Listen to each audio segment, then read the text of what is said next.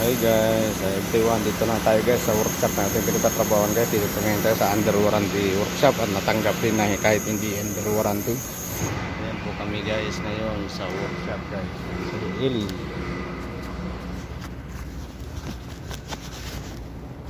Maganda kasi pagka nag-aral ka naman, meron kang theory, yun ang kagandahan, meron kang pwedeng pagganuhan. Doon ka magbabase ngayon sa theory. Kung bakit nagkakaroon ng high pressure, doon mo yun yung kagandahan pag may theory na. Yun na nga, no? Kasi sa actual, sa experience, actual, madali lang eh. Kasi alam mo lang maglagay ng pre, alam mo maglinis, okay na yun.